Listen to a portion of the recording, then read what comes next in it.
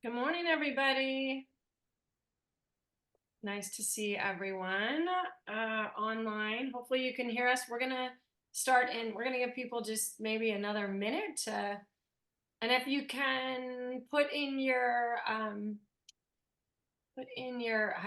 don't know how you say it, but put your name and your title and where you're from, just so we know who's joining us.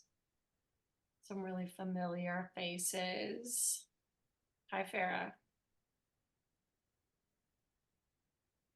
And Hayen. And Laura. And Shelton. Deanna. I love this group.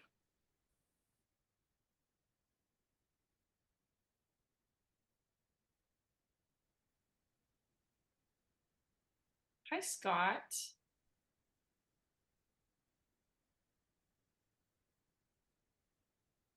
I love seeing everyone pop onto these things. Our community of learning and practice around the work.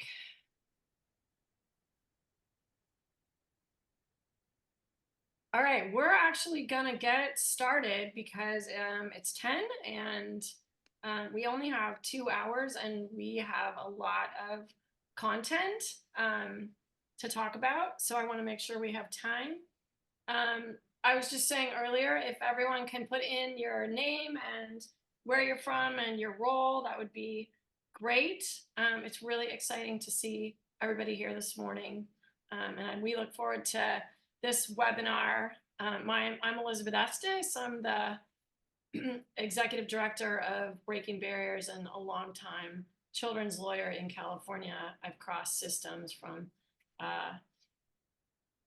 to representing dependent youth to representing education in the state, and then representing the agencies and entities who build programs for them. So I'm privileged to be here with an esteemed group of other presenters and allies.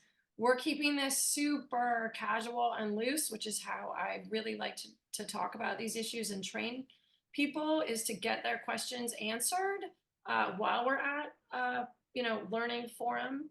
And if we can't get them answered, to provide additional information later. So we encourage you, while we're going, to enter into the chat any questions that you have, and we're going to monitor the chat while we're going, and we're going to answer your questions as best we can as we go. And then I will be telling you a date where we're going to have an additional office hour where we can talk about the issues even in more detail if you have subsequent questions after this. So thank you for being here. We really appreciate it. And I'm going to go to slide 2. We have Richard. You want to wave your hand if you're Richard Knecht is here from the Integrated Human Services Group. We have Garth Lewis. We have a number of people here from counties. Garth Lewis is here from Yolo. Amanda Dickey is here from Santa Clara. Jason Willis is here, and he was at Wested for a long time working with schools and is now at McGeorge School of Law as a clinical professor with a heavy expertise in financing. Me and Mike Lombardo, who's currently working with the state departments of education and health and human services on implementation of integrated systems and was in Placer for a very long time. So lots of depth and expertise, as well as the group that I know is on this webinar. So I look forward to our discussions. Next slide. Our agenda is going to be, we're just gonna do an introduction, and then we're gonna talk about shared goals and objectives in counties and communities with Amanda, shared leadership with Garth and Richard, shared financing with Jason and Mike, and then shared information Mike and I will cover, and then we're going to close. So like we said, definitely put your questions in the chat, and we're going to try and have an open discussion. Next slide. The office hours that we're going to do after this, to the extent you want to talk further, are on April 19th from 11 to 12 p.m. And there's a link to that here. And then we also, in November, will be having our 8th annual Integrated Care Symposium, November 17th to 19th in Sacramento, which will go much deeper dive with, we essentially have 300 to 400 people from across the state in interagency teams with families and community members. In fact, youth will be running day 1 this year and developing it in November. So if you want to join us, feel free. Next slide. We all know, I think, who are on this webinar, that we're really at a landmark time of investment in children and youth ecosystem development in California. The policy reform that we have now, whether it's community schools or the Child and Youth Behavioral Health Initiative or the early care work or the juvenile justice reform work, is all really driving us to focus on uniting our agencies and organizations in a more comprehensive system of care for children and families. So we see that work happening at the state level, we see it happening at the county level, and we see it happening at the site level. And you know, I have been saying that I feel like we're like in the really, really most critical phase of this work, which is the implementation phase of the work. There's so much reform on the ground, targeted to creating a more effective, comprehensive ecosystem of care that's navigable and accessible. But the devil is going to be in the details, as it always is, of how we actually build that at the site level and at the county level. And so that's really where we're focusing this webinar and our time right now in support to the field. How do you actually build that on the ground? Next slide. We concentrate in breaking barriers, for those of you who've been working with us, on 4 core pillars of work: shared leadership with families and youth in our leadership and quality improvement and control structures, shared goals, shared information, and shared financing. And so we're going to be talking about how those pillars, how we can further those pillars in our work at the county and community, county and site level. Next slide. Getting into shared goals is going to be Amanda, who's at Santa Clara and also works with Secessa, on how they're doing that at the site and local level in California. So I'm going to turn it over to Amanda right now, and we're going to monitor the chat, and we'll do 10 minutes of Q&A after each section. Okay, Amanda. Thanks, Elizabeth. So for those of you who don't know me, I'm Amanda Dickey. I'm the Executive Director of Government Relations for the Santa Clara County Office of Education. I'm a lawyer by trade, but I've worked within this space for about 11 years. And I've had the privilege of working with Garth and the other 57 superintendents, including my own superintendent, Dr. Mary Ann Dwan. And I'm really pleased to say that the county superintendents, in my opinion, maybe it's biased, but have been huge leaders in this particular area of trying to create integrated systems and integrated care. So to that end, talking about developing shared goals, one of the things that has really been identified in our experiences in this space has been the need to conduct a needs assessment to get there. So why is the needs assessment so critical to developing shared goals? Well, because a needs assessment helps to build buy-in of agencies and leaders, which is really critical. And I think it's Richard who's going to talk about that, the shared leadership piece.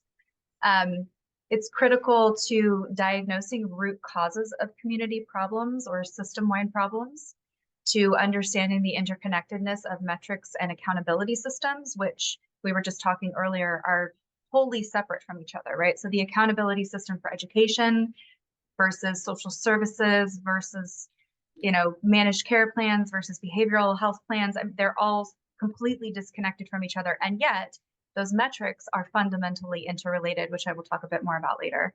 And then finally, again, defining those shared goals. So in order to identify those shared goals, you have to go through the process, in our opinion, really, of conducting a needs assessment to do all these other things. Next slide, please. So here you will see that these are the agencies and groups that have to be involved in building an integrated system and defining those shared goals and being part of that needs assessment. So each of these own agencies, as I mentioned, have their own accountability systems and metrics, which define, whether we like it or not, how each individual agency prioritizes their work and allocates their resources. And then in addition, each community group has their own niche interests and asks that may not align or sometimes even conflict with those of other groups. So again, conducting a needs assessment and mapping inputs and outcomes demonstrates how each agency contributes to another's success or failure.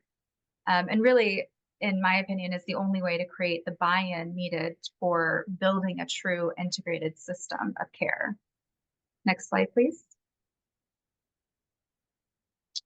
So I want to go through this with you, and this is, in my opinion, a bit of an interactive activity. So all of my in-laws are doctors, and they often talk about diagnosing someone, right? They walk into a room, they see a patient, and they have to somehow come up with a diagnosis. And they do that by thinking about what are your symptoms, right? That's where you start. You start with the symptoms. So I'm going to ask you all to think through this with me. So let's say you have a patient who walks into a room and they have blurred vision, they have an abnormal heart rate, and they're fainting. What do you think off the top of your head? And throw something into the chat. What could it be? So it could be just blurred vision, could be a symptom of just an incorrect prescription or brain tumor, or it could be eye disease. It could be something serious, or it could be something really minor.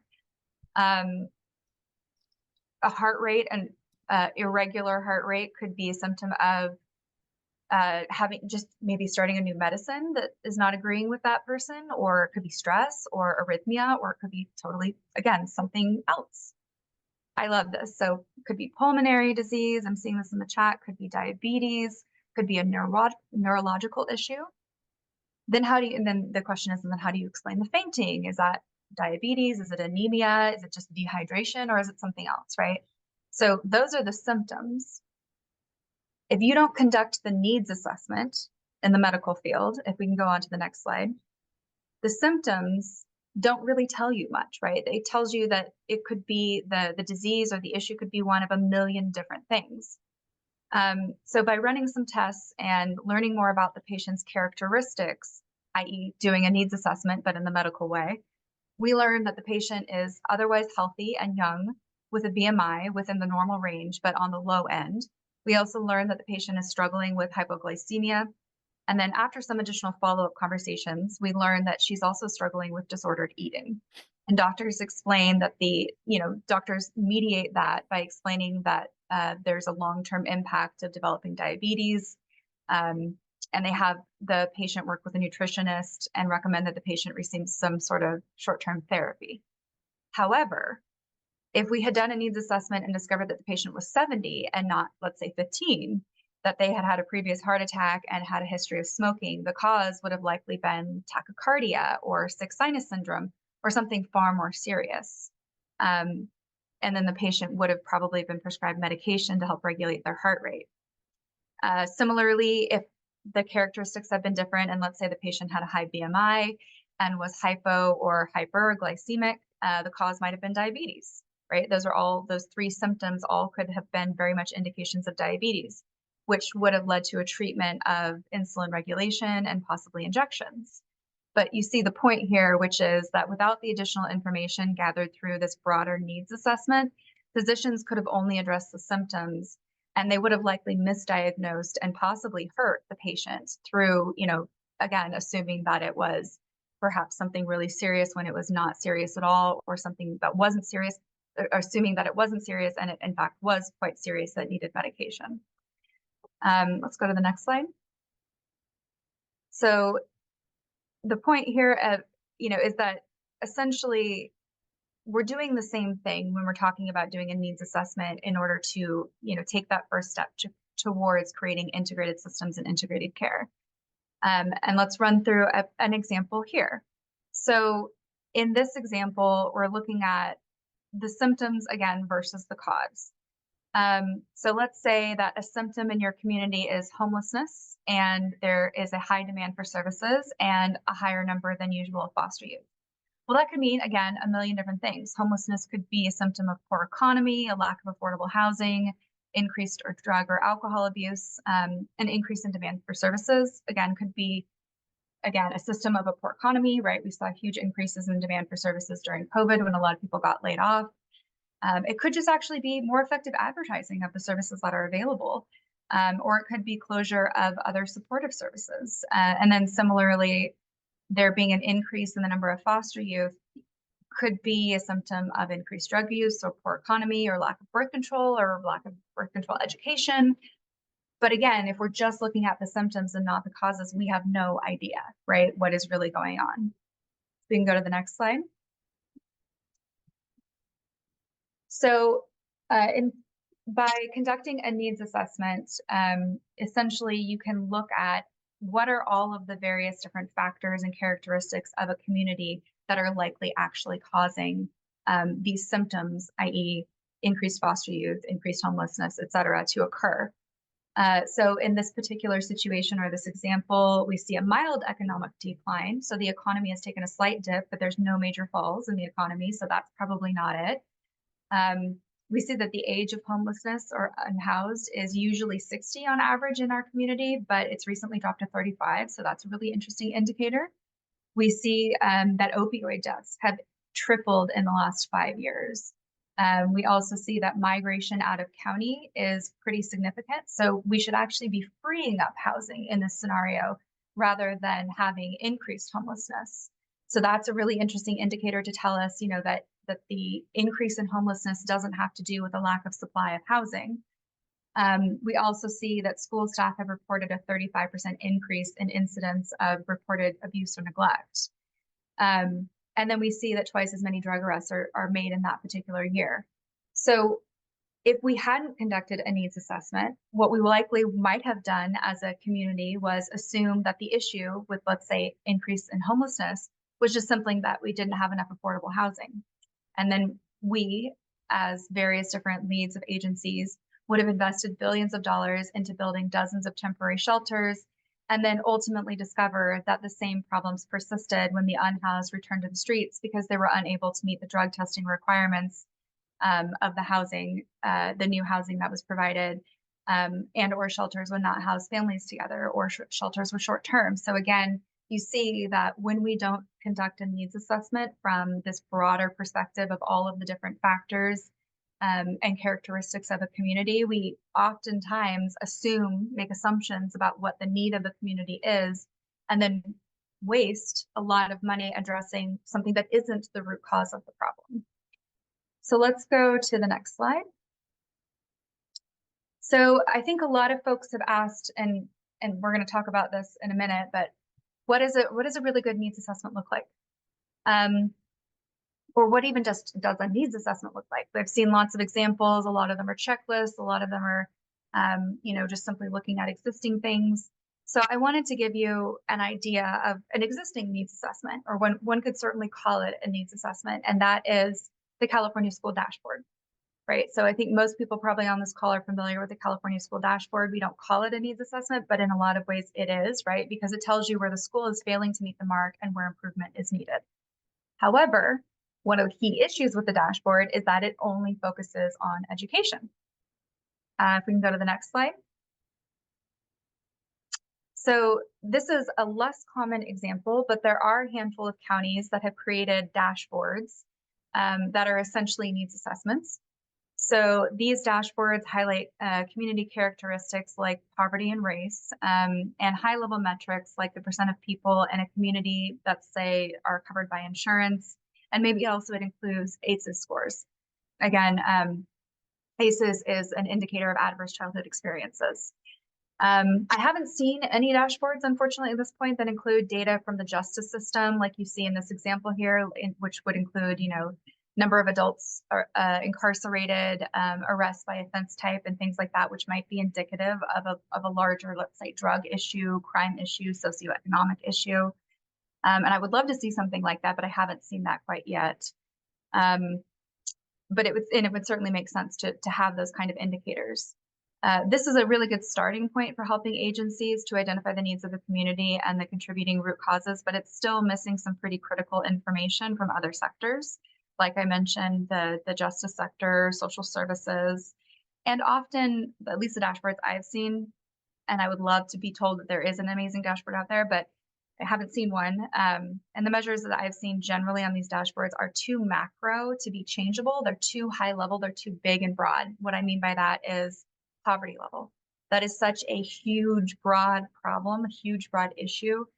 And it's so macro, it is very, very hard to change. And so therefore it is not a great metric to have on a dashboard, and then to look at and use that to determine whether or not you're successful in your efforts to create integrated systems. And then also, I haven't seen any of these dashboards include the more micro metrics that are better measures of how well agencies are actually serving the community. And there are certain measures based on my conversations with folks like Garth, like the Humboldt County Superintendent, where they say, you know, I know that things are working well together. I know that our agencies are really coordinating when X, Y, or Z is happening, or when this percentage is low. So let's go to the next slide. So what are the elements of a really great needs assessment? Well, the elements are that the dashboard or the needs assessment reflects system responsiveness and churn. In other words, things like time between referral and services, time between, or the churn in and out of services or programs, so like Medi-Cal churn. A needs assessment should always include the community characteristics like population demographics, household income, specific groups, things like that. But again, as I mentioned, those are not should not be used as the key metrics of success, because those are huge macro measures that are not great indicator. They're better indicators of the socioeconomic status of a community, the racial makeup of the community. They're not great indicators of whether or not integrated systems of care are being successful. They should also really include, like I mentioned, the more micro metrics that are changeable over time within relatively short periods of time. So when thinking about the various different metrics that you want to utilize for success to demonstrate success, you really should be thinking about identifying metrics that can be changeable within a 2 to 4 year period. And I mentioned that because that's the election term, right? And the majority of these agencies are ultimately run by folks who are appointed, or folks who are elected, or who are appointed by someone who is elected. So election terms matter, and short amounts of time matter. Every needs assessment really needs to include multi-sector data from education, health, mental health, the justice system, social services system, probation, etc. Which is why the education, the California School Dashboard is an amazing needs assessment or dashboard, but it only focuses on education. So it really isn't a great needs assessment of the success of the broader integrated systems. Ideally, a great needs assessment will reflect existing investments and how they're having an impact, and which are not, so that the systems can think about and work together to consider whether their resources would be more effectively spent in a different way or a different direction. And then finally, demands and referrals. So is it thinking about, is there just more need, or is the system better at identifying and meeting the need, right? Is a kind of key component of a really good needs assessment. Next slide, please. So again, a good needs assessment includes existing accountability metrics from all of the child serving agencies and incorporates input from the community as well. It maps inputs and outcomes to better understand how they're related and how they impact each other. And it helps you marshal and prioritize a community's limited resources and creates concrete incentives for all agencies to put their resources on the table by clearly demonstrating how much more successful each of them would be in their respective accountability system, those metrics that they personally care about because that's what they're held accountable for, if these agencies work together. And you can kind of see this is an example of mapping inputs and outcomes. This is a visual example of, you see an increase in foster youth, thinking about what are the inputs for that. So could be homelessness, could be incarceration, could be abuse and neglect, and then also thinking about the outcomes of an increased foster youth. And oftentimes you'll see that some of the inputs and some of the outcomes are the same, which shouldn't be a surprise to anyone who exists in the system, right? Because things are cyclical. I want to mention, this is what a good needs assessment looks like. I think it's worth mentioning what a bad needs assessment looks like, and there's a lot of those. A bad needs assessment tells you things you already know. It tells you that you need more money. Who doesn't? It tells you that you need more services, just about every community does. That you need more mental health support and housing. I can't think of a county that doesn't need more mental health support and housing, regardless of whether they are a wealthier community or not. There's always those in the community that need more mental health services and more housing. We need higher reading levels. We need more kids to be reading by 3rd grade. That's also very important, but it is not a good metric because pretty much everybody needs that, right? So a needs assessment needs to tell you more information than just simply we need more resources. That's not a good needs assessment. Next slide, please. So what is a good needs assessment, right? So here's an example of what a good needs assessment can look like. It shows you Medi-Cal churn rates. It shows you the percentage of those who were disenrolled from the Medi-Cal rolls, how many of them re-enrolled, because that's a really good sign of that they never should have been unenrolled to begin with, that there's a lack of system coordination to ensure that folks stayed enrolled. That's what that can tell you. It tells you a good needs assessment or a good dashboard tells you the time between a mandatory report and the investigation of that report. That's a really good indicator of how well interagency systems are working together.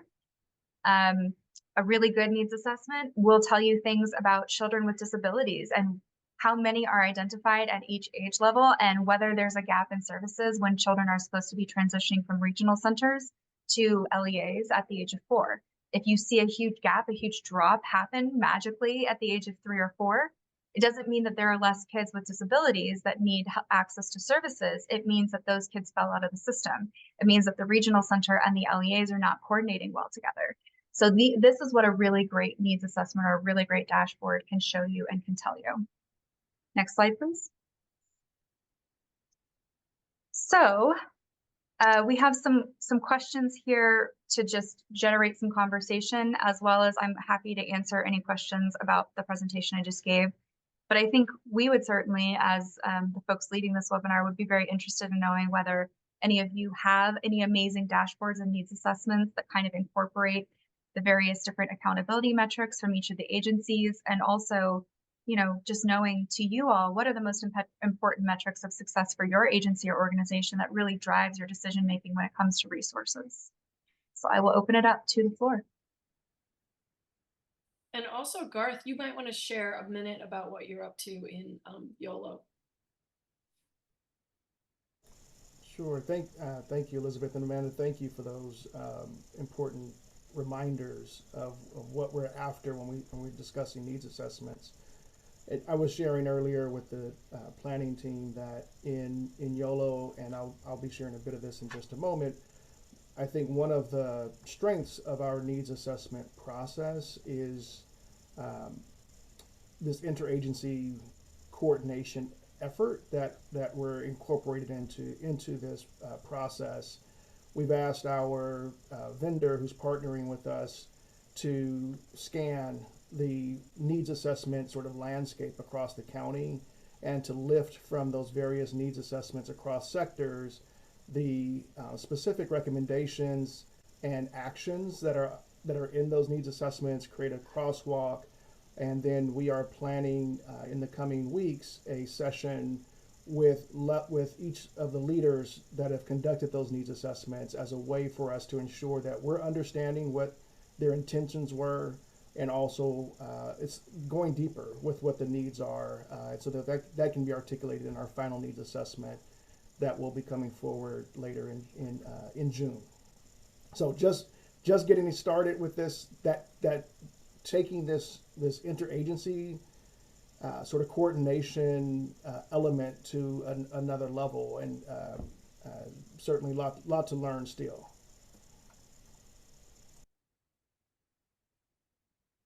Yeah, and Farah just put in the chat the process in San Bernardino County of mapping in partnership with their Department of Public Health, which I think is what, you know, we have certainly been advocating for and talking about, taking that interagency team and doing a map of both the needs that you identify and also the shared goals that you have to address those needs. So, and I know I always say reading, Amanda, you mentioned reading. You know, the reason why children aren't reading at 3rd grade is factors that we all touch across our agencies. And so to the extent that we're a shared goal, we could do an assessment of what are the root causes of those outcomes. Right now, it just sits in the education dashboard. So, okay, we are 3 minutes from moving on to our next topic, which is going to be shared leadership. So does anyone have any other questions or comments? Or thanks, Clara, for your information from Orange County. Do you want to say something about that at all? Kind of share with the group? Sorry, I just put in two, I think they're more national resources on needs assessments for cross-sector collaboratives from my previous work with PACES Connection that I knew have been helpful. We can learn from other states and communities that have done this work. So if I can think of anything else off the top of my head, I'll drop it in there, but those two are good resources to start with. That's great. I think one of the things to me that is, it's just a little frustrating is that in a lot of these needs assessment tools that I see, they, you know, part of the reason I think for the genericness perhaps of them is that they are written from a national perspective. But in California, we have so many different accountability systems, existing metrics, all these numbers that various different agencies have to report on every year that they're held accountable for, that if they don't meet a goal, sometimes they're dinged or they're put on a corrective action plan or there's a fiscal consequence. But I have yet to find a true dashboard or needs assessment that incorporates all of these existing metrics that already are out there, right? Like, while I think that there's doing a community survey is a critical component of a needs assessment, there's also so much information that already exists out there that we don't currently bring together to kind of analyze and think about, you know, how can we use this information to identify what our root causes are? How can we use this information to show where we're not working well together? I would love to see something like that, and maybe one day we'll create it. Hopefully, maybe this team will create it.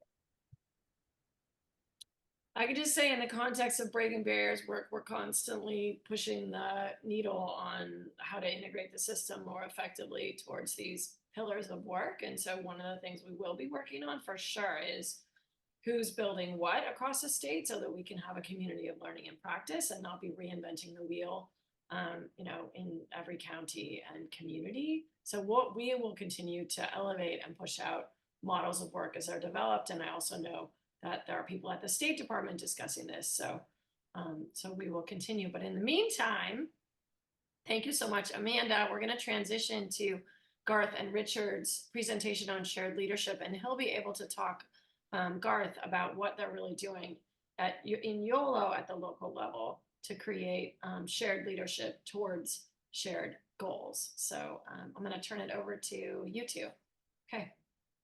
Hey, thanks, Elizabeth. Good morning. And thanks, Amanda, for a really rich consideration, I think, of both the complexity and the imperative of figuring out what the collective system needs might look like. And, you know, your last comment, Amanda, just always reminds me of just pondering on the idea that if the state could align its accountability processes, the administrative relief locally in counties would be enormous, to the tune of millions of dollars a year, right? Like if we didn't have multiple parallel systems all chasing similar data at various times, we'd save ourselves a mountain of dollars that could be redirected to direct service, right? So this is an area that there's tremendous opportunity if we were to figure this out.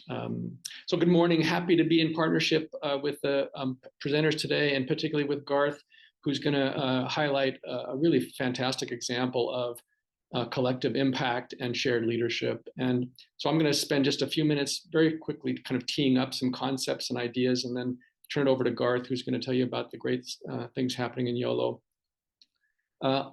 Obviously, shared leadership is an essential element of all integrated approaches, in that absent a container of interagency relationship, the vision and the functions can't be held to in a sustainable way, right? So in government, we often implement stuff and we have a great vision, but we don't connect the structure, the organizational structure. We do some collaborative functions, but we don't have enough shared vision or the structure, right? So just want to emphasize among a number of early important contextual pieces that there are models out there, and some are gaining some traction in the last few years in California. And whole child, whole student services is way more than a concept, right? And in order to get to that, you really do have to have sustained attention to those three things: vision, structure, and function, simultaneously, concurrently, sustainably. And that's why it's so hard, because we don't do that well in public systems, in part because one of the reasons Amanda mentioned is that people get elected or not, right? Way too frequently in some ways. So a second really critical point is that integration is not the same as collaboration, right? Cabinets, commissions, and committees are often absent that sustained identity as a structure, right? So they also don't have the authority, and because they are short-termed or they're absent authority, they don't have the resources and the power to sustain change. So the structure really does matter. Again, a cabinet, a commission, and a committee only going to be useful on a limited basis. Perhaps most difficult for government public systems is, of course, attending to the conditions for change. And this is where shared leadership comes in. We often dive into technical solutions without investing in the relationships or the adaptive thinking or attending to the conditions for change, which are critical.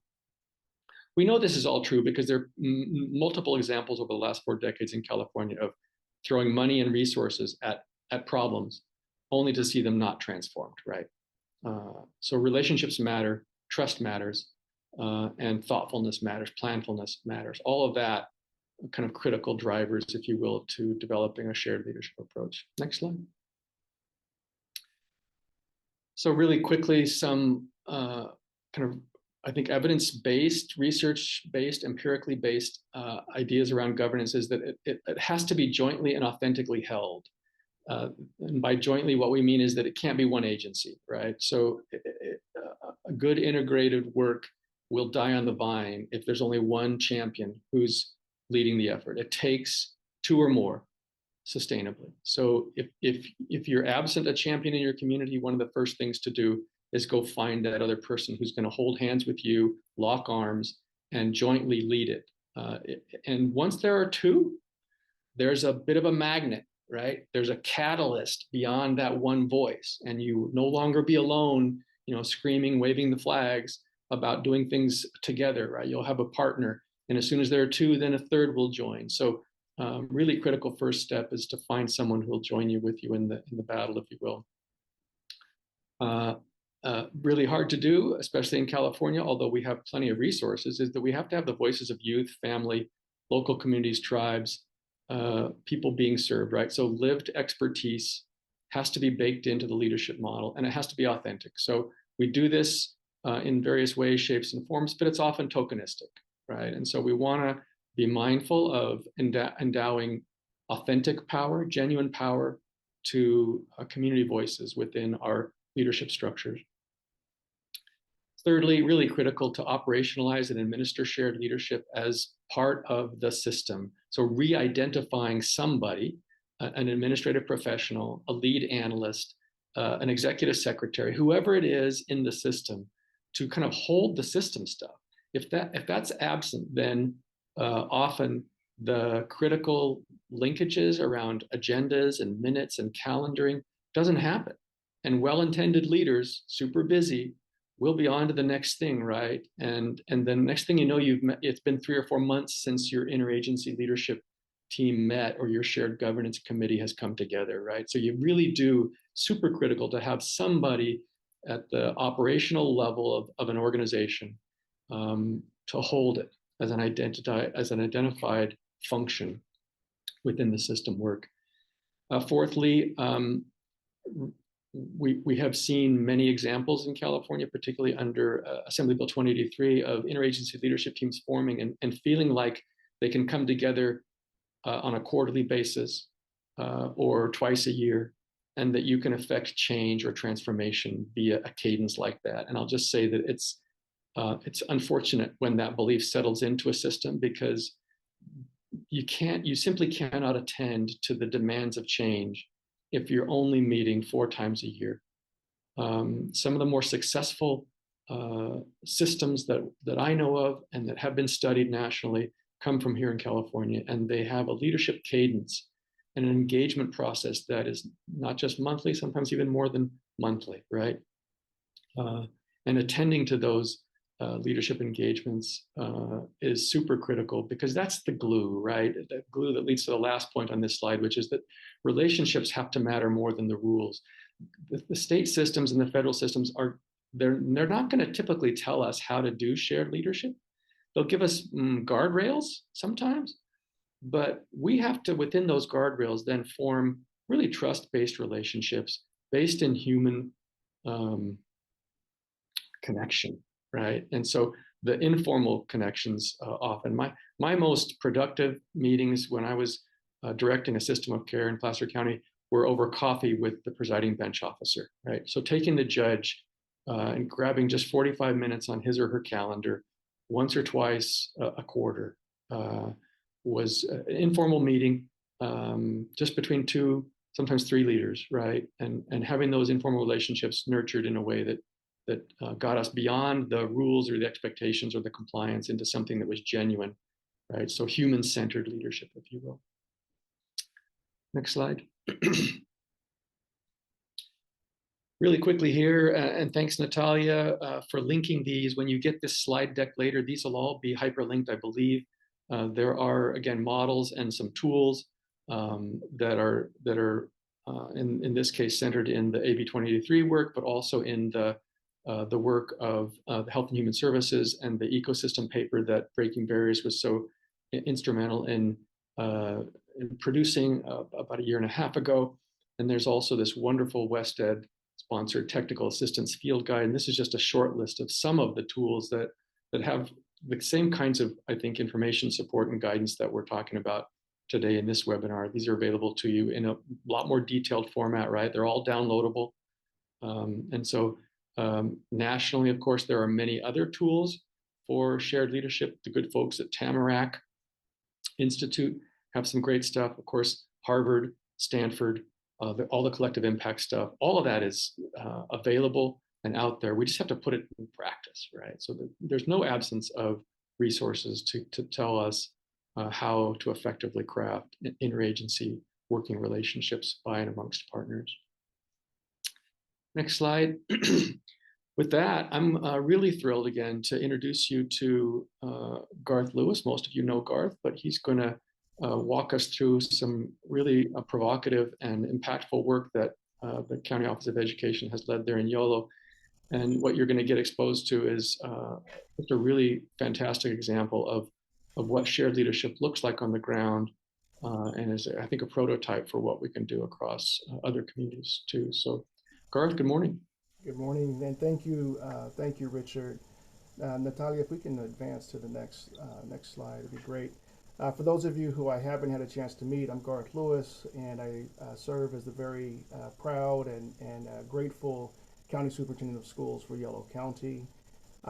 Richard, I really appreciate the framing and Elizabeth, in your opening comments of some of the policy drivers, right, and the contextual and historical challenges, as well as opportunities that we find ourselves in this particular moment. So I think this topic of shared leadership becomes very, very important as we think about closing the gap between what our intentions are in this window of opportunity and actualizing those intentions. In my mind, this is the shared leadership component is one of the key ingredients there. So we can go to the next slide. So the question that I'd like to start with is really, what does shared leadership look like? And I want to just acknowledge that authentic shared leadership likely doesn't come easily or naturally to any leader or to any organization. Oftentimes, these relationships that require shared leadership or shared governance are mandated through some sort of legislation, AB 2083, AB 109, AB 2276 as examples.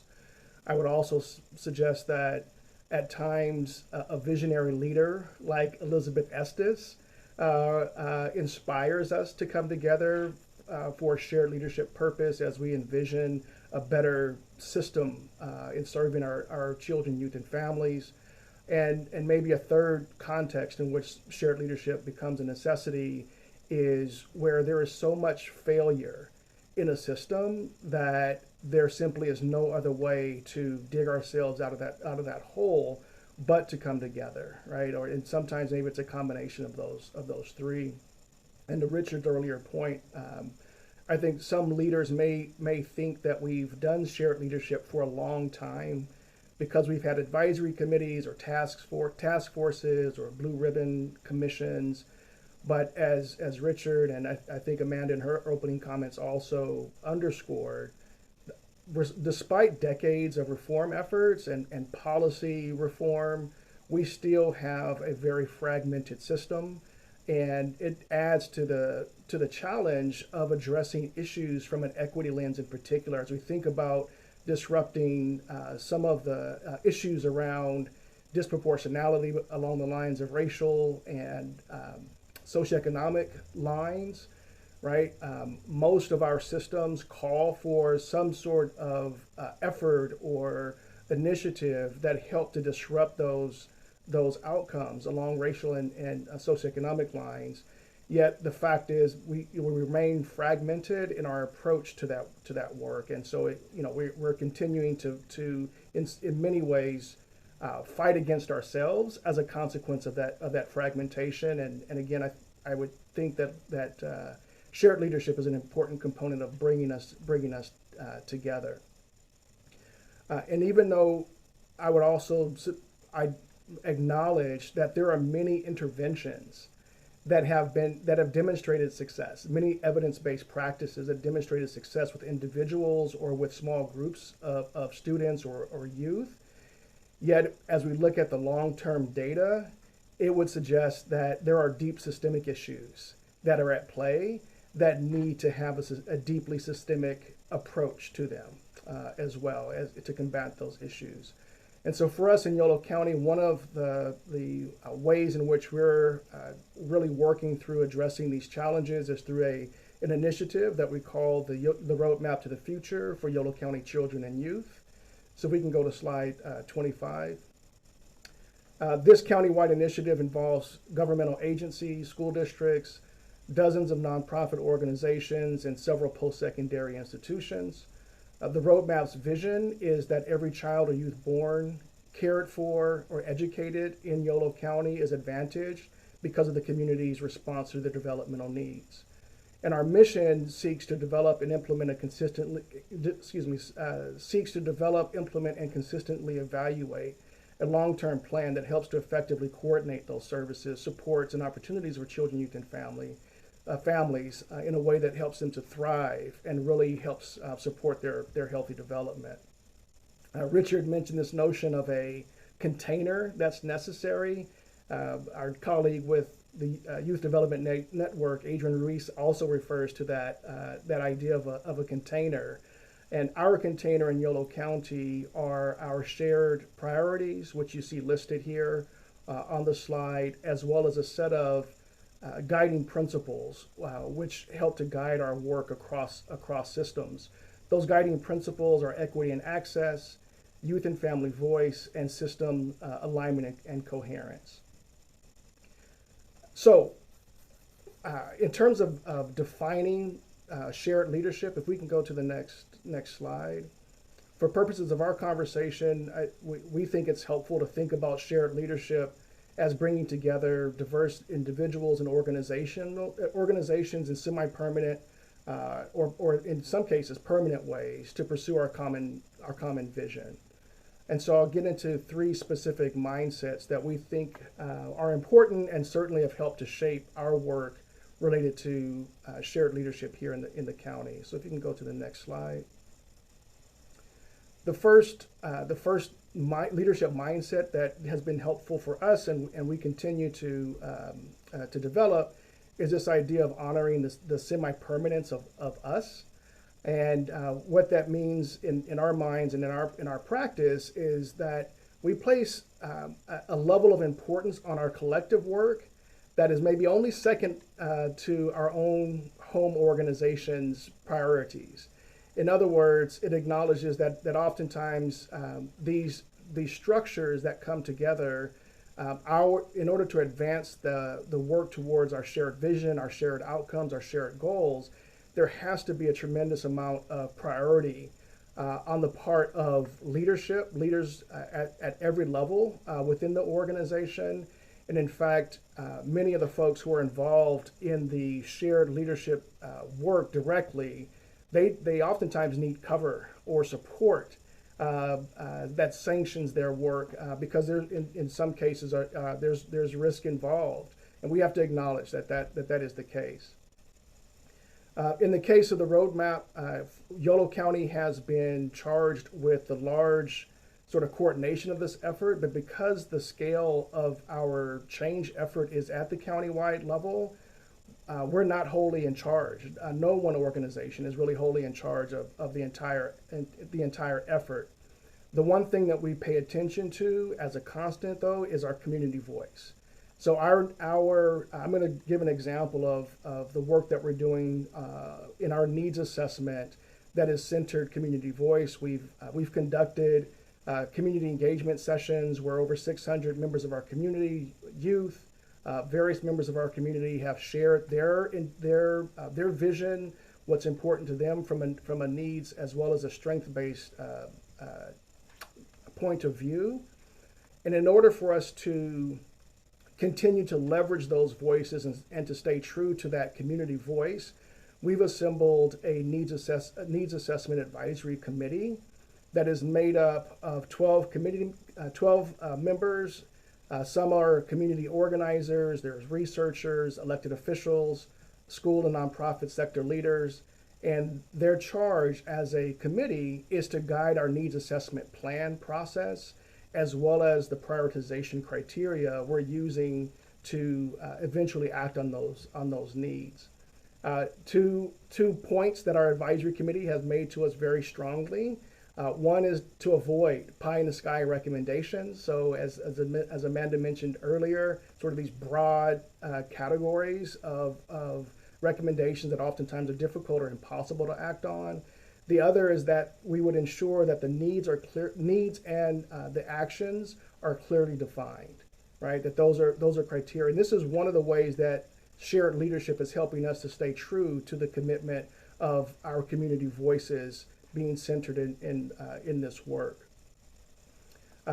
We're working very hard on this effort. I have to acknowledge our team is working tremendously hard on this effort, and we've had to acknowledge that while we want an excellent product, we're not looking for perfection.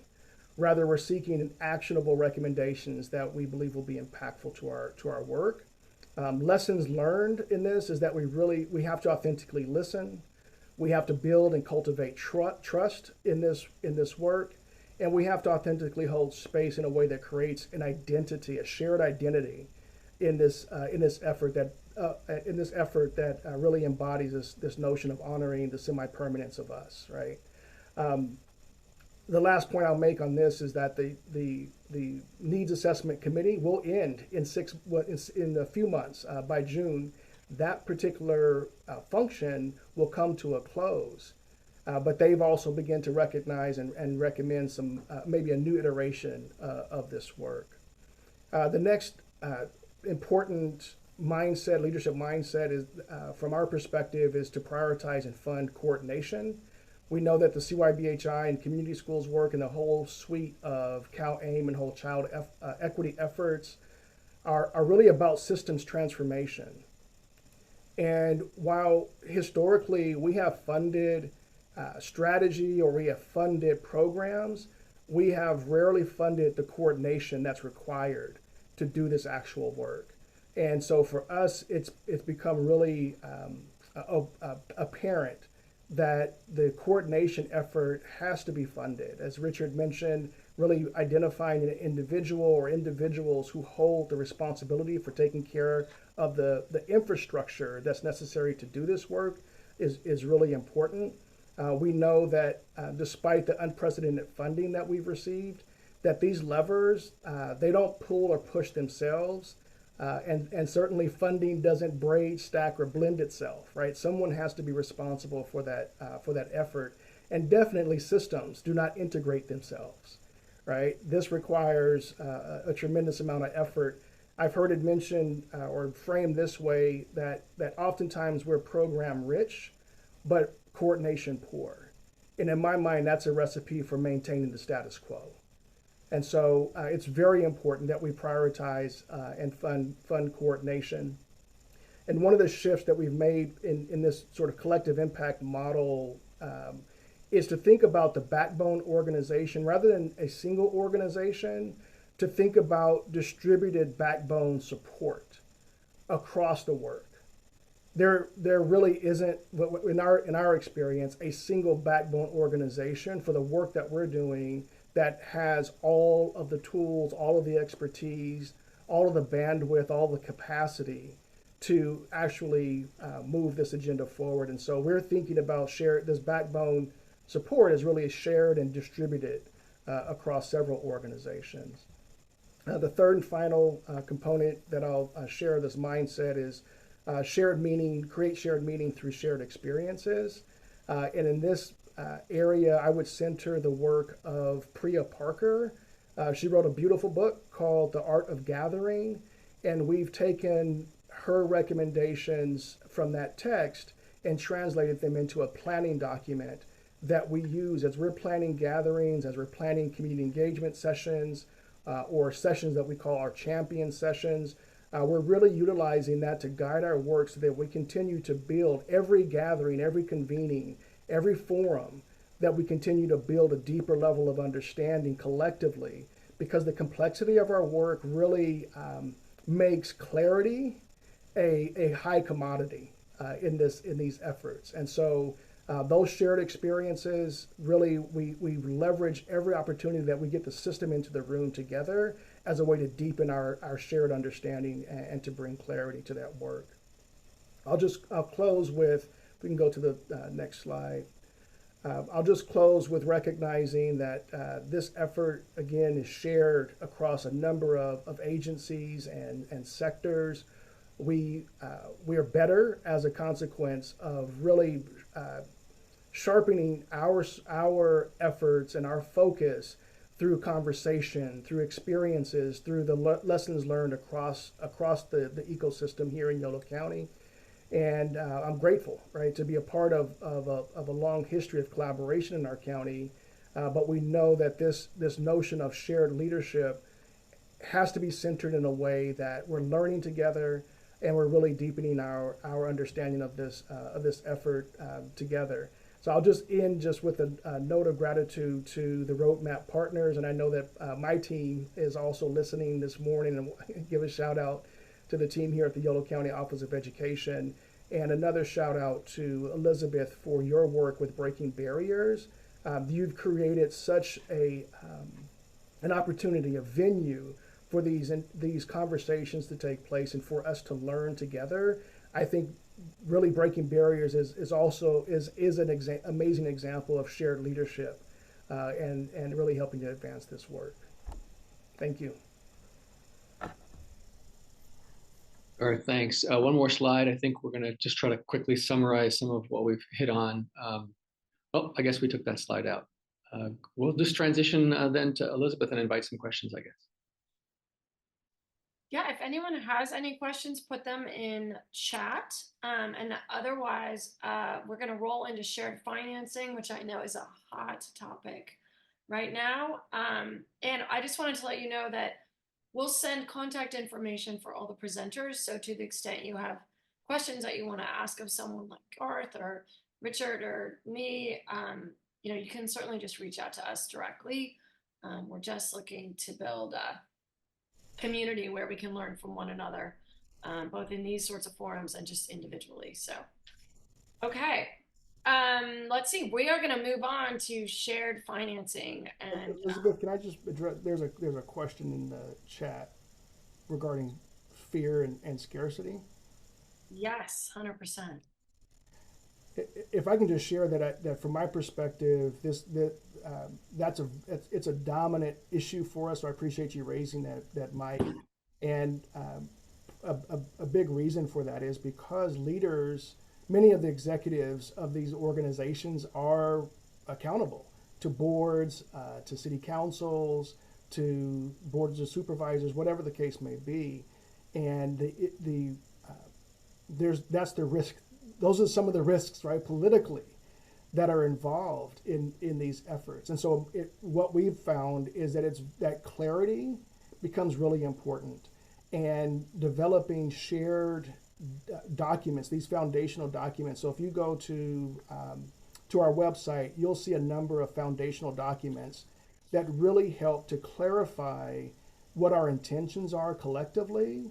And it provides then those executives, or the intention is anyway, for us to provide those executives with a strong foundation for being able to explain, right, what's both their interest from an organizational perspective and the opportunity to actually advance their work back home with their home organizations through this collective leadership model, or this shared leadership model.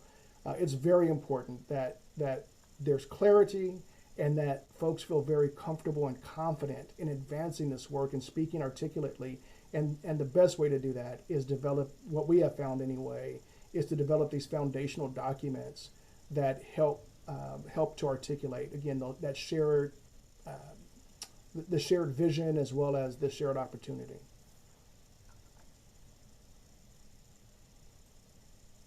Thank you. Okay, Mike and Jason, you're up. Great. Well, good morning, everybody. Thank you all so much for having Mike and I. Know Mike's gonna tag team on the next segment too with Elizabeth. And so I think it's just a great segue from what Garth is saying around the scarcity mindset. And I appreciate Mila setting this up, because it is ever present, I think, in leaders' minds in government agencies, education, health, other agencies, that we just never feel like we have enough. And in some cases, sometimes we feel like we have too much, but that seems to be the trend in California. And we'll talk a little bit about that. So what we wanted to do for this segment was to kind of set up a little bit about shared financing and some of the kind of important aspects and principles of thinking through this opportunity. And then want to turn it over to Mike to talk about, in this moment in time, one of the most opportune events, activities that are happening around the all-payer fee schedule that is rolling out as one of the major initiatives engaging schools in the CYBHI in California. And then we'll talk a little bit about some of the kind of practicalities of what you can be doing this week, next month, the next 6 months, to kind of execute in taking a step towards shared financing in your local context. So first and foremost, when we think about the why of shared financing, it really is something that is important to be done in the context of what we just were talking about, both Richard and Garth, when it comes to shared goals and leadership as two of the major steps to integration, and that they need to be done in concert with thinking about, and I will use intentionally, the mindset of shared funding, and I'll talk about that in a second. I think the second why here is really that we are standing at a bit of a crossroads in terms of funding environments in the state of California. This is true, and both things can be true, right? The K-12 education is experiencing a severe loss of one-time federal ESSER funds, also kind of buttressed by declining enrollment that has been happening across the vast majority of systems, that is contributing to some of the stress that K-12 systems are feeling around how they can sustain the set of services and supports that they've been providing to students over the last couple of years, in combination with the fact that CYBHI is now rolling out this major initiative under the all-payer fee schedule, which creates a tremendous opportunity, once that infrastructure is set in place, to draw down federal Medicaid funds that can help to sustain some, not all, but some of the investments that we've been making via say those ESSER funds or other state programs.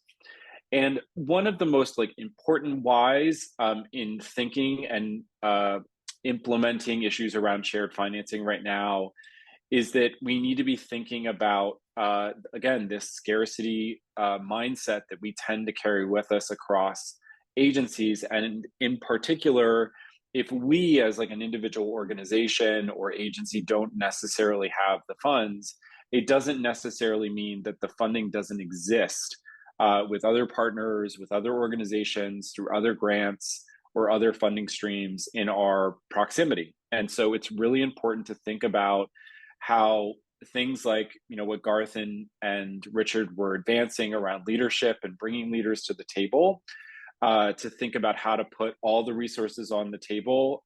Elizabeth uses this adage a lot, kind of money on the table and hands behind your back, right? That is one of the ways that you could really advance opportunity for thinking about shared financing of sustained supports for children, youth, and families in our communities. Let's head on to the next slide. So I talked a bit about mindset, and mindset is in that way one of the crucial elements of thinking about shared funding and financing. And on the left-hand side, we really have been confronted in a lot of places with planning for compliance, right? So it starts with the funding stream as the definition of what we can fund in our local context that then flows to program and to needs. And we would suggest that instead, you really need to be planning for performance, right? So when we talk about needs, you're talking about the needs of students, right? You start there first and foremost. You're bringing people together around a table to identify what those shared set of needs are that then drives to defining what the program needs to look like. And finally, with all of that funding on a table, that set of resources across multiple agencies, it can help to supply and fund the program as defined by the needs of the student.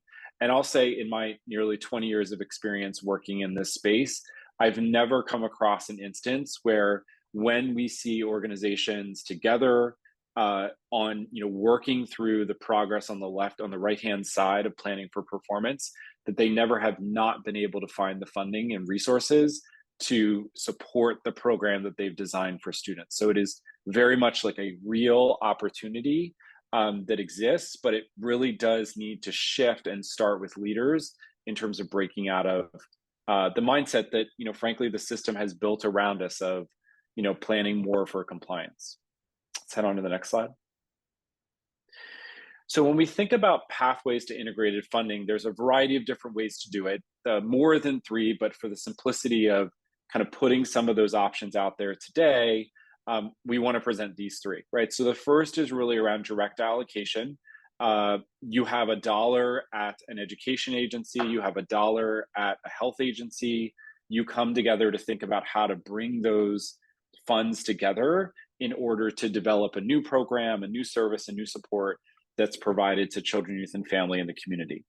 The second pathway is what we refer to as an allocation of staff time. So these are already procured, bought resources by the organizations, but what they're doing is they are combining the time and the allocation of attention of those adults in those various systems together in order to then deploy a program and service. So it's less about the financial, the money, the actual money itself, and more about the already procured resources that are working together to advance a common purpose. And then a third pathway that we would advance is an alignment of programs. This is probably what we might call the loosest approximation of integrated funding that occurs, where you have 2 programs that are working in the same space, if it's a community or in a region, but they basically exist in parallel to one another in 2 different organizations. And so the alignment of those programs is not necessarily the kind of sharing of staff or the direct allocation of resources, but those programs are working in concert with one another to kind of drive towards a goal. So if we think about from the left-hand side as one of the more kind of integrated forms of funding to the right-hand side, which is a little bit more loose in its alignment, but you're still getting to that alignment component. Let's head on to the next slide. So in that vein, I want to talk about one of the things that's specific to this opportunity that exists with the all-payer fee schedule. And one of the ways that we think about integration is really the kind of thoughtful and collective weaving of public resources that kind of sustain supports programs and services to families over time. And one of the ways in which you can access direct allocation, Mike's going to talk about this in the fee schedule, is by really executing and evolving from the left-hand side of this graphic to the right. And so the left-hand side of this graphic is really about, say a school district and say a behavioral health organization are basically working together to serve, a common student or a child in the community, but they're not necessarily working together.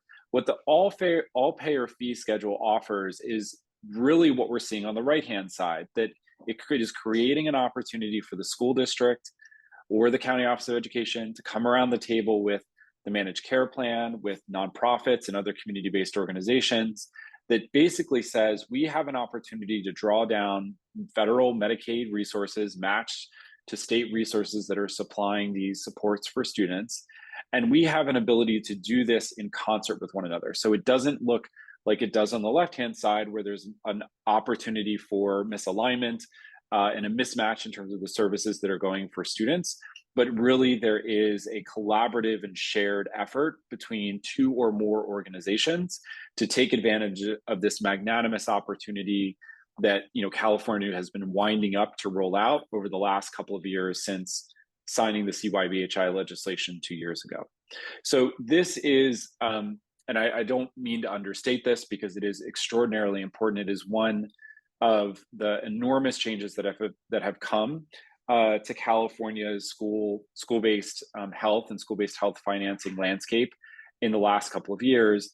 And I will underscore that the presentations leading up to this segment that Mike and I are doing are essential components of getting to taking advantage of the all-payer fee schedule, because just pulling the lever of financing, that is to say that this opportunity exists, does not necessarily mean you can maximize it without having those shared relationships, shared leadership that are helping to identify common goals and common outcomes that you all in your communities desire for children, youth, and families.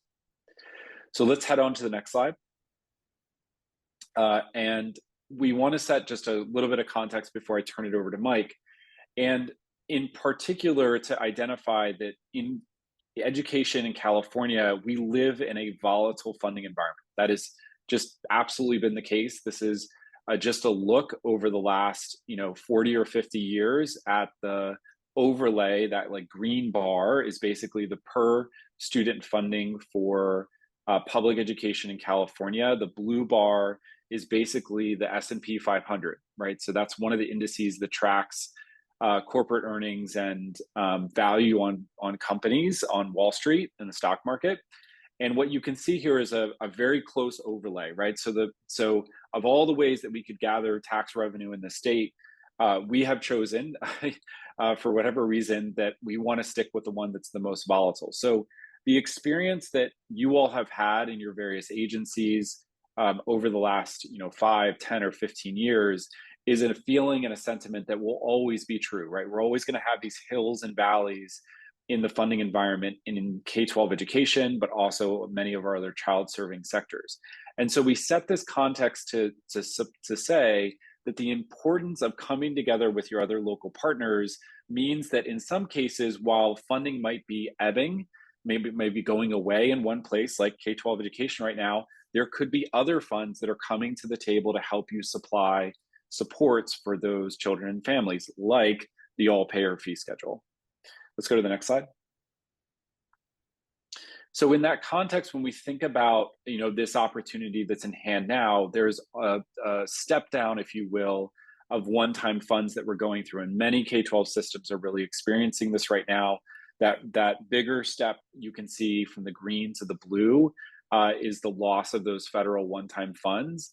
And we would suggest that this really is a staircase, right? This isn't falling off a cliff, but there are other funds, both K-12 and behavioral health, that are offering opportunities to kind of pick up some not all again, but some of those services that were offered during the aftermath of the pandemic.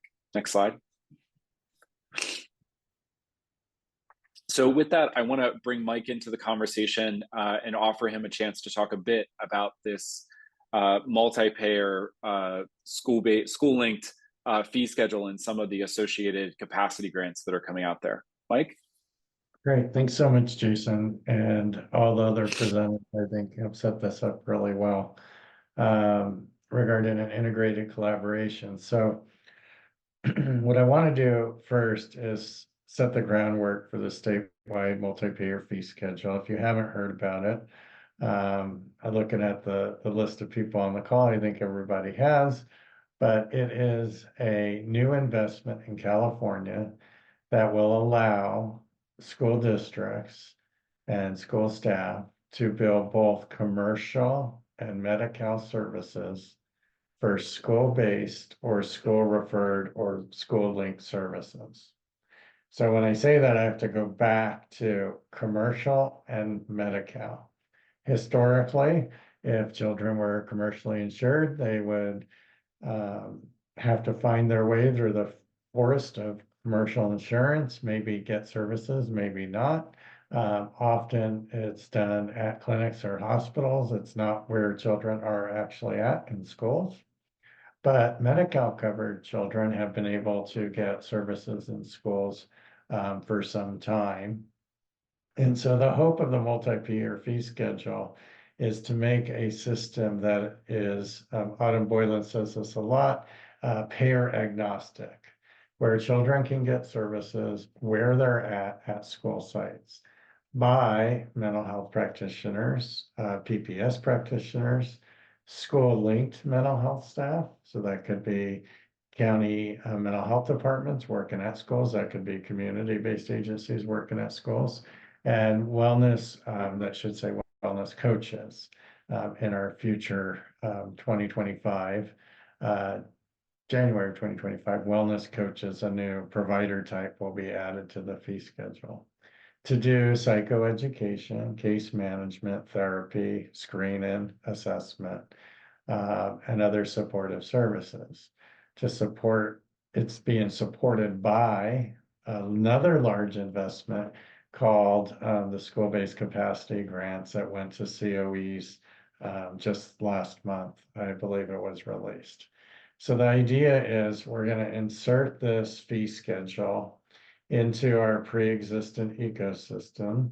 So 10,000 schools across the state, 1,000 districts roughly, to allow for Medi-Cal and commercial billing for a lot of the work that we in education have been funding for a very long time through grants, through endowment funds, or basically chasing money to fund the wellness services at school sites.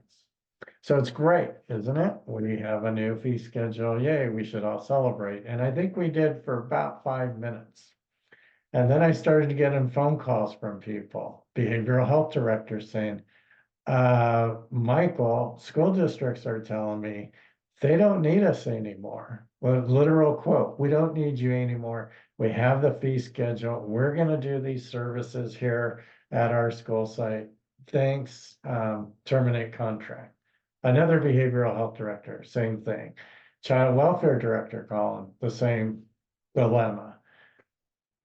So, oh, well, this is really kind of a problem. We're inserting this into an ecosystem. And then the community-based agencies called and said, Michael, people are canceling our contracts. We have these relationships with schools to do this work. We don't understand.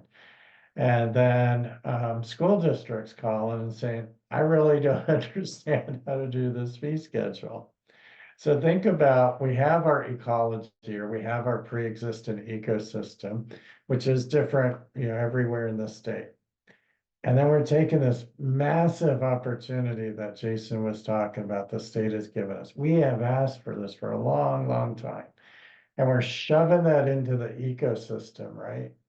But we really don't know the unintended consequences. We do it thinking, well, we're going to have all these great things happen. We're going to be able to access But there's honestly some unintended consequences. And the point I want to make that the previous presenters have made is we don't know what will happen if we're not working together, if we're not sharing in conversations. We have this great opportunity, but how do we lean into it and work together to problem solve the fee schedule?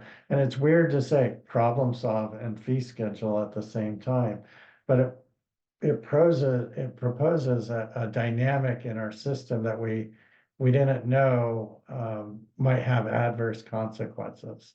So the problem of practice really is adding an alternative funding source can have unintended results or consequences to our fee schedule or to our system. You can go to the next slide. Now I'm going to give an example of an experience I had in just the last few weeks, a positive example. So I gave you the negative example of what I'm hearing around the state, literally in almost every county that I'm in. A positive example was a request that actually came from one of our previous presenters. He doesn't know I'm telling this story. Superintendent Garth Lewis asked me to come and talk to the superintendents in Yolo County about the fee schedule and capacity grant, and really all of the CYBHI together. And so I go to the superintendent's meeting to give this presentation. He goes, well, we invited a few other guests.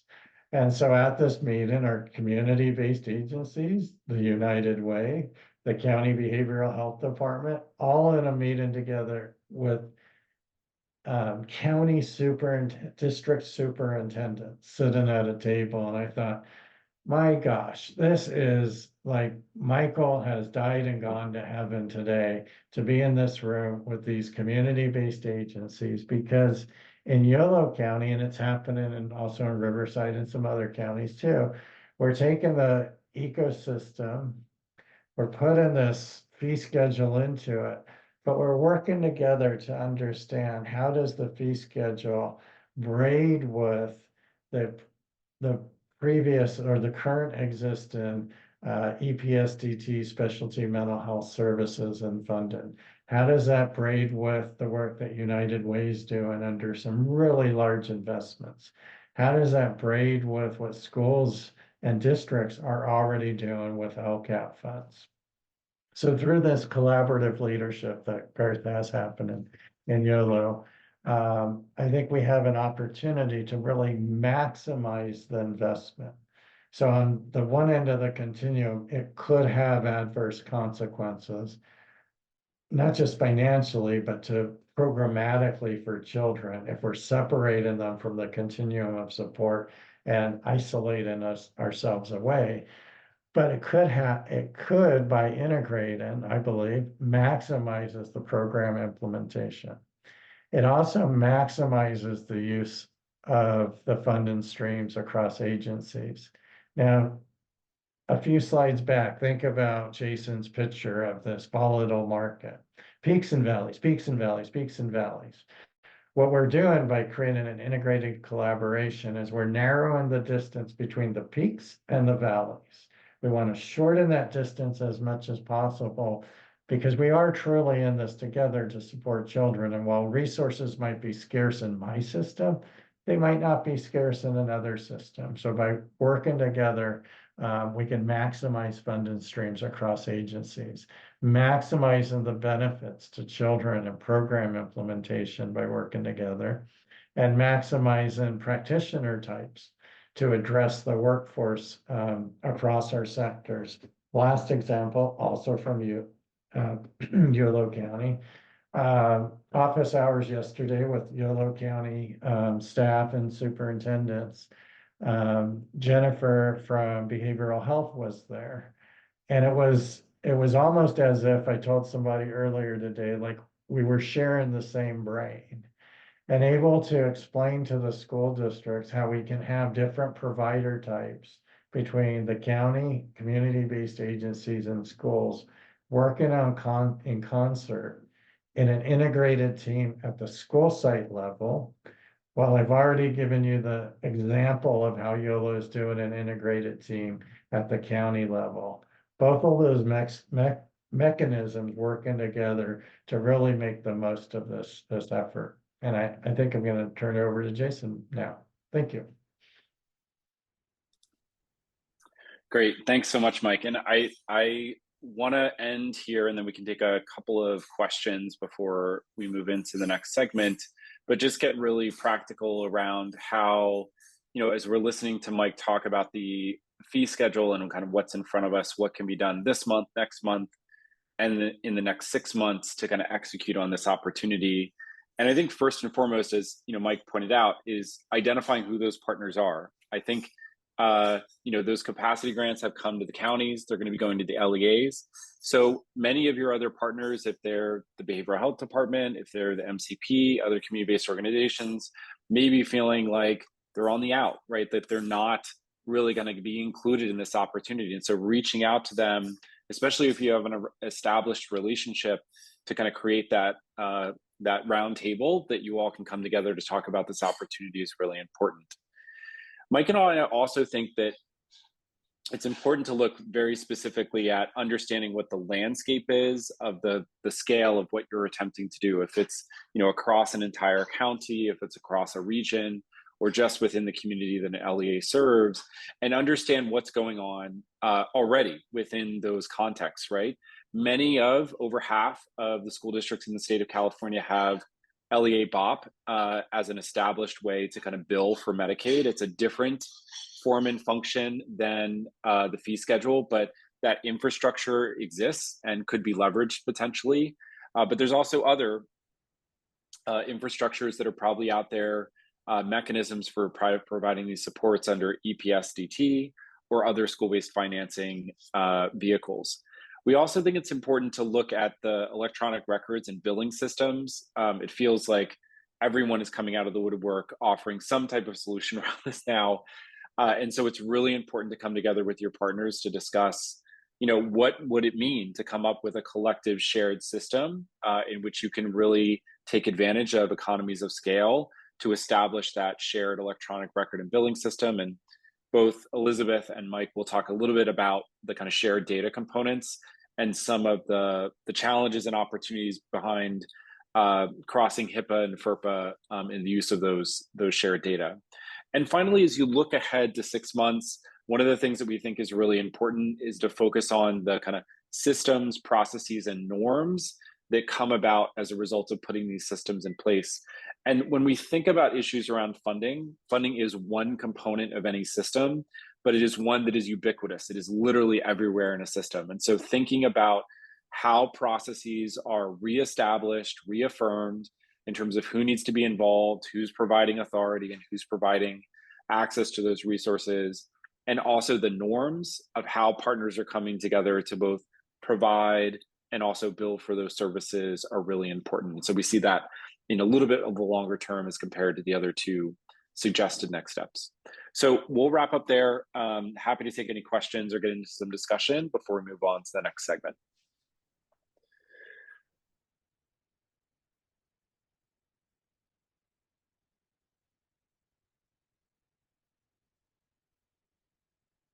Okay. I don't really see questions. I will say the complexities of implementing this fee schedule are real, and the work is righteous and necessary. And so, we're going to work through those complexities and get those answers on the ground. I care most about, we may have policy and we may have billions. We have billions and billions of dollars in the system right now to transform the system, whether it's community schools or CYBHI or early care or CalAIM or others. But really what matters is whether we're actually transforming the experience and the support of those we are working to serve on the ground. And that implementation is the most important part. It's also the hardest part. So there are a lot of questions coming up around the fee schedule and its implementation. I know there's a team, Mike, that's tackling that. Mike is very involved in that. I'm very involved in the information sharing aspects of that. And we are just in cohort 1 in California, but very much looking forward to implementing that. Yeah, go Mike. And I'll just add, this hasn't been done literally anywhere in the country. And it's new and it's hard and there's new language. Just speaking the language of finance across our state with schools and finance language when it's related to mental health. These are all new things. And I just think, and I want to emphasize, Elizabeth, that we need to be patient. We need to really look at it. I'll say sometimes this is a marathon, not a sprint. We need to be collaborative and we need to utilize our partners and learning communities and kind of give ourselves a little bit of a break and a breath. This doesn't have to be done overnight. There's a lot of tension out there right now. We have to rush to this. It's a great opportunity, and I'm grateful to DHCS for collaborating with us. And so the last thing I'll say is that I've never seen implementation of a statewide project where they partner with schools to hear school voice to inform the implementation of that project. I think we saw that go wrong previously with LEA BOP, and we're seeing it go really well with the fee schedule. Although it's hard and it's gnarly and it's messy, the ultimate outcome when we come out of it will be really positive. So just kind of deep breaths and we can do this. And I think it probably is good advice for the next topic of sharing information. Deep breaths, we can make it through this. I'll turn it over to Elizabeth. Yes, I'm just gonna plus one on that, Mike. So we're gonna roll into the next pillar of work that we're really concentrating on, which is effective and legally compliant shared information strategies in integration. And as a lawyer for the systems, which I have been for a long time, this is complex. And I just want to start by saying there are different aspects to information sharing. There's, global de-identified information sharing that you might be doing, and there is identified information sharing that you might be doing. And so you do need to be thinking about, as you're analyzing this in the local context, what information sharing do we need, identified, de-identified, et cetera, and then how are we going to do that information sharing? One of the really hot topics, which is what this webinar is all about, in the work that came up at the symposium and has come up for years now, honestly, is the braiding and blending of HIPAA and FERPA as we unite education and health in more concrete ways together. And so what Mike and I are going to concentrate on right now is, why does information sharing matter so much to this integration? Why is it one of our 4 critical components? Why are HIPAA and FERPA such a large topic, and what are they? And then why are they perceived as barriers? And then what are the solutions? Because I can tell you, having worked on this across the state at the local level, we can information share. To Mike's point, we have to have the patience to do the work. We have to have the patience to build the processes and protocols, but we can do the information sharing necessary to more effectively serve children and youth together. So that's really the takeaway, but it does take time and process to figure out how to get there. Next slide. The tension is always between, for successful integration and collaboration, we need to be able to communicate. I started talking and Breaking Barriers launched because I was seeing complex youth in California across our systems have to tell their story over and over and over again to different, clinicians, teachers, counselors, even though they had already just told their story, or even in assessments, multiple assessments that they were going through, students who were in the dependency and delinquency system, and also, of course, in education. And so in order for us to be most effective, we need to be able to share information, but there are privacy rights. People need to be able to maintain their privacy to confidential information. It's equally important, and there are a lot of laws around that for very good reason. And so we need to be able to do this in a legally compliant way. So how do we go about doing that? Next slide. HIPAA and FERPA are both going to be relevant in the implementation of school health partnerships. I also work on school probation and school, child welfare and like partnerships. And there are whole bodies of law around information sharing with those agencies. But for purposes of this, the hot topic that came up at the symposium that we're concentrating on is HIPAA and FERPA and health education information sharing. I'm also helping work on the State Health Information Guide, RAE, HIPAA, and FERPA as it pertains to the fee schedule. I will say it is an intentional analysis that we have to do, whether a particular record is going to be HIPAA governed or FERPA governed, and it matters because it governs who can consent to the sharing of the information and how we consent to the sharing of the information. Next slide.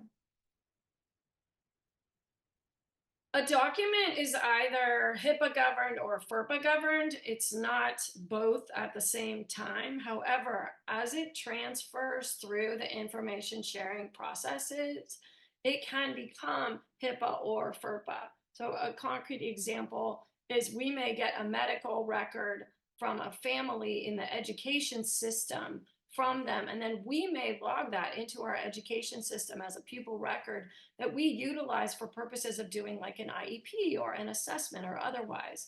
So now we have a FERPA governed record that we are holding under FERPA within the education context, but it came to us from health through HIPAA governed processes. And so it can be fluid analysis of which document is HIPAA and FERPA, and at which point in time during its transfer of information across agencies. But the one thing that Mike and I are going to just hammer here is that if we have consent to share information, we can share it. And we have yet, either one of us, to have people that we ask for consent to share so that we can better coordinate their care, say they do not want us to do that if they understand what's being shared and the purposes. Mike, do you have something to say there? No? You're on mute. I thought I saw your hand. Or was that because you're just, okay. I was excited. I was clapping. You got excited about that. Okay. Yeah. Yes. Mike's going to talk in a minute about how they've done this in Placer County, where they've done a lot of information sharing across health and education. Okay, next slide. This is a reference tool for the differences between HIPAA and FERPA. FERPA is the Federal Educational Rights Privacy Act, and it governs education records, what we call pupil records in the schools, says we have to maintain them as confidential, only allows information sharing for those with a legitimate educational interest in the information, and again, says if there is consent, we can share the information beyond that with others. And so consent becomes a very large part of what is going to be the solution as we are braiding and blending information across agencies and integrating our systems. Parents have the right to FERPA governed records and have the right to consent to information sharing. HIPAA governs the sharing of health information and health agencies. So as we braid and blend their services with educational services, their records are largely HIPAA governed. Like hospitals and healthcare providers, when I build wellness centers and I braid and blend their services with school services, they are often coming through a HIPAA governed door, and they're sharing HIPAA governed documents with us. It makes a difference in consent because under the HIPAA provisions, if we have a minor receiving minor consent services, then the right to consent and that parent right to all of the information does not exist where it does under FERPA. So as you're building your continuum of services with your health partners, you want to identify what is the universal array of services that you need to achieve your shared goals and objectives, and then who is going to provide those services, and whether HIPAA or FERPA are going to govern those records is going to be a critical part of that analysis. Can all be done at the local level, and we're doing a lot of it with locals now. For HIPAA, if you have consent, you can information share. You can also information share for coordination of care. One of the largest pieces of feedback we've gotten from families and youth is to say, we are happy to share as long as we know who's sharing it, why, and what they're sharing, as long as there is transparency and trust. And so I think that transparency and trust are also really important. Yes, substance, and Mila just wrote here, on top of HIPAA, therapy and substance use treatment have even higher levels of confidentiality. And so that is another aspect of the state health information guide work that we are working on rolling out right now, is the braiding and blending of that law, as well as HIPAA and FERPA. There are also other laws that govern education, which, like school counselors, there are their own provisions related to information sharing for school counselors. So that's why it's even more important that we really analyze what services and supports we want to provide, who's going to provide them, what records we need to share, and then how we're going to go about sharing that. And yes, I love these comments here. And Mike is going to get into that as well. So, okay, next slide. This is just an example. If a school, the US DOE and Health did a joint guidance memorandum you can find on the internet. And basically they said if it's subject to HIPAA, if it's funded, administered, and operated by or on behalf of health, social services, or a non-educational entity, and if it is funded, administered, and operated on behalf of an educational institution, it's FERPA.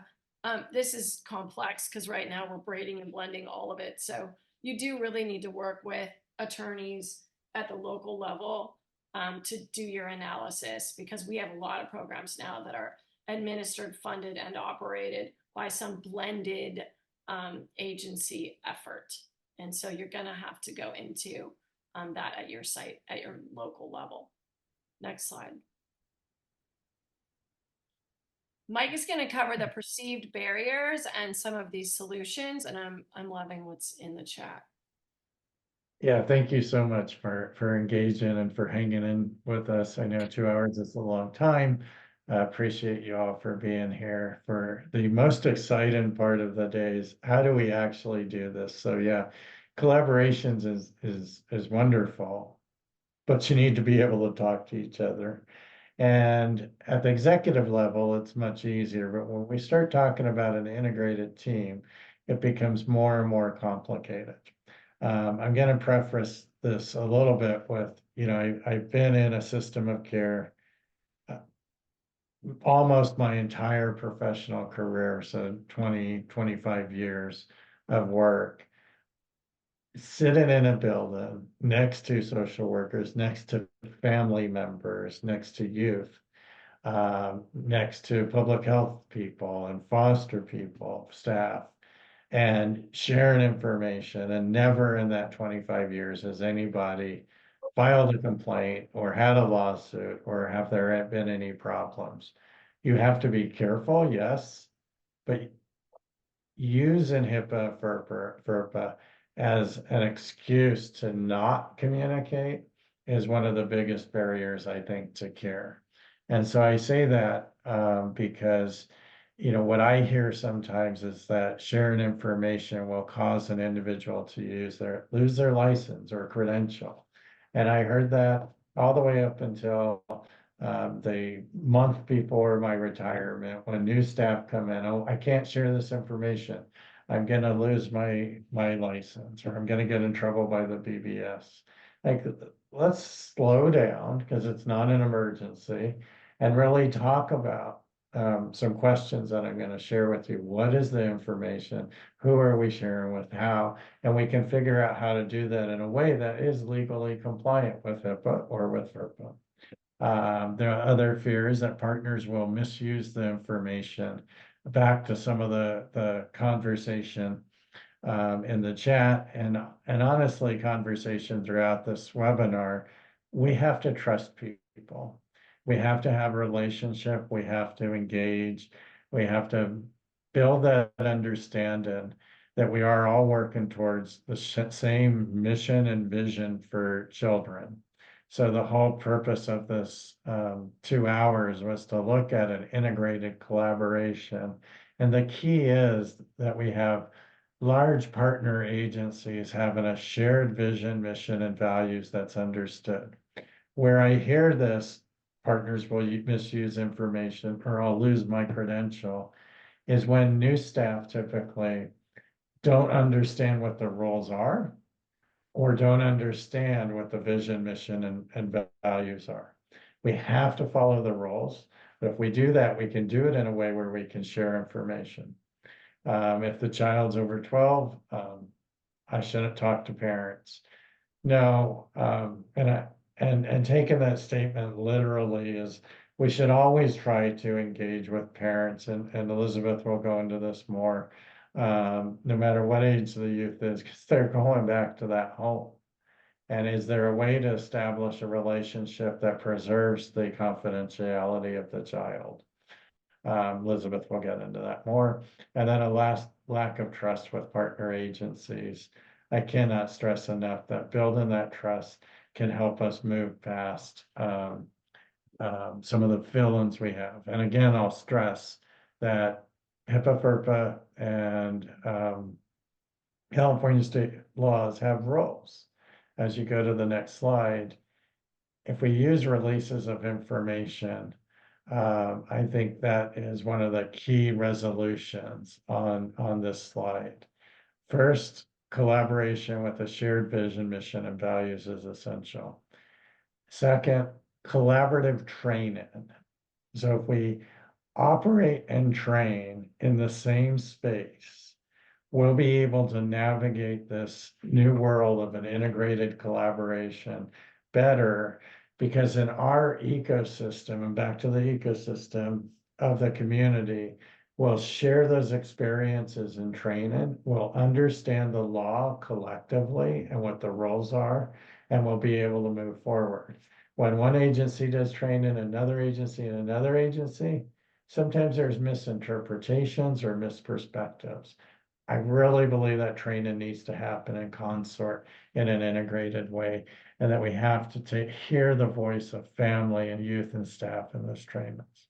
And then signed consent of a parent or legal guardian helps resolve almost all of the issues that we have with exchanging of information, and in some cases the minor here. But to obtain a release of information helps us navigate what the roles are. So I'm not advocating to violate the roles, and I know I've been a little overly caffeinated, provocative in my statements, but if we use releases of information, if we actually know what the roles are, because I've asked staff, well, what does that role say?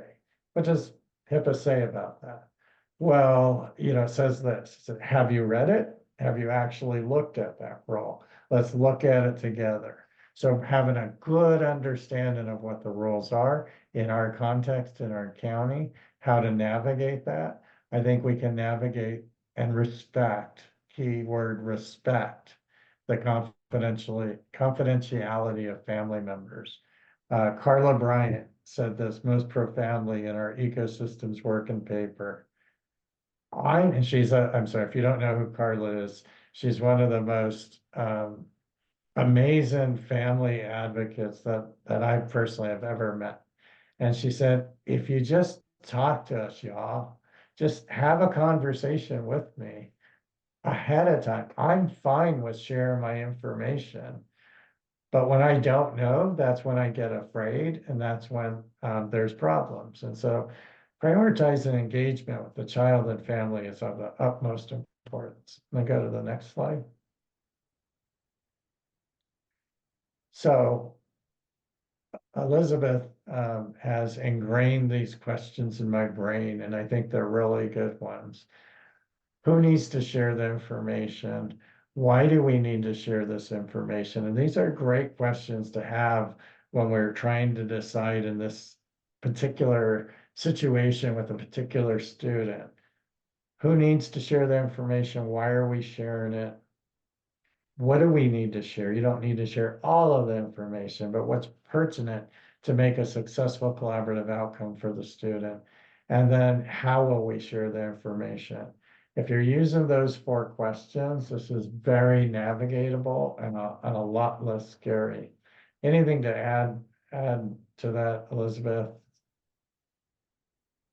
No, I don't really have anything to add other than I do agree this is a really complex area and you have to tackle it at the local level to figure out what your model is and why you need to share what you're going to share. Oftentimes when I'm doing this work, people say they need to share certain pieces of information with certain people. And once we dig into it, they actually don't need to share that information. They could have shared in a de-identified way. They don't need to share all of it. It is technical work. It can be done. We can share. It can be done. All of these barriers, legal barriers, and I recognize are grounded in law, can be addressed, but it is intentional work and it will depend on your model in your local area. So you are going to have to work through it, and you should be working with attorneys who understand the complexities of this. And you may want to be putting your health lawyers with your education lawyers, because we don't speak the same language either. So sometimes the challenge is that they're not agreeing, and they need to come to some consensus on how you're going to provide your continuum of care in a legally compliant way that really respects people's privacy, but enables us to share enough to improve our service delivery. So that's what I'd say. Yeah, the ROI and yeah, Laura, I encourage you. I mean, we are going to hope to have a whole body of work just around information sharing, particularly as it pertains to this braiding and blending. If you want to talk about this more, come to the office hours, and happy to talk through some of people's notations here. And I'm going to invite Rebecca Gudeman to join me. She's from the National Center for Youth Law, and we're doing this work together because we need health and education in the mix together. I'll just jump in real quick. I saw that Milo put in having specific case examples. Yes, thank you for saying that. That is a big part of the statewide work group. We have 50 amazing experts across California informing this work. And one of the things that we've heard is creating a process map on a specific case example. And then you can generalize that for your context. I think the work of this statewide work group is really hard because this is complex, but we're going to be able to put out guidance that will assist you in navigating this in your context. And I'll just add, we're not just talking to state experts. Last Saturday was the first convening of youth. How do youth feel about sharing my information? The next one's going to be with family members and so on. We're working with the social change rate to engage youth and families to hear what they have to say about sharing information. Back to you, Elizabeth. No, and I think we loudly just hear we are okay with you sharing if we know what you're sharing and we know why you're sharing it, and if we know the confines of the sharing that's going to happen within our therapeutic relationship. So when you're going to breach, if you're going to breach, we want to understand the confines of that, because there are legal circumstances under which that happens. So transparency is so important. Okay. Thank you so much, everyone. It is 11:56. I know this is, there are more questions and certainly much more work to be done at the local level. And it can be done in a trauma-informed way. I love all these comments in the chat, 100%. As someone who is a trauma survivor with PTSD, there are ways to help that maintain my confidence, but also really provide me with an understanding of how to get the support I need when I need it. So any questions or otherwise, we will be there on April the 19th to answer them or to talk further about this. At the symposium, we really do highlight models and the work that the counties or schools are doing, health agencies, anyone in communities are doing to move these needles around these 4 pillars. So we would love to get that information from you. We really, really appreciate your time, energy, and attention. I mostly appreciate you doing the work on the ground because it's the most important work we could be doing and it's the hardest. So thank you. We'll help in any way we can. Thanks a lot. All right. Thanks, everyone. Sign off.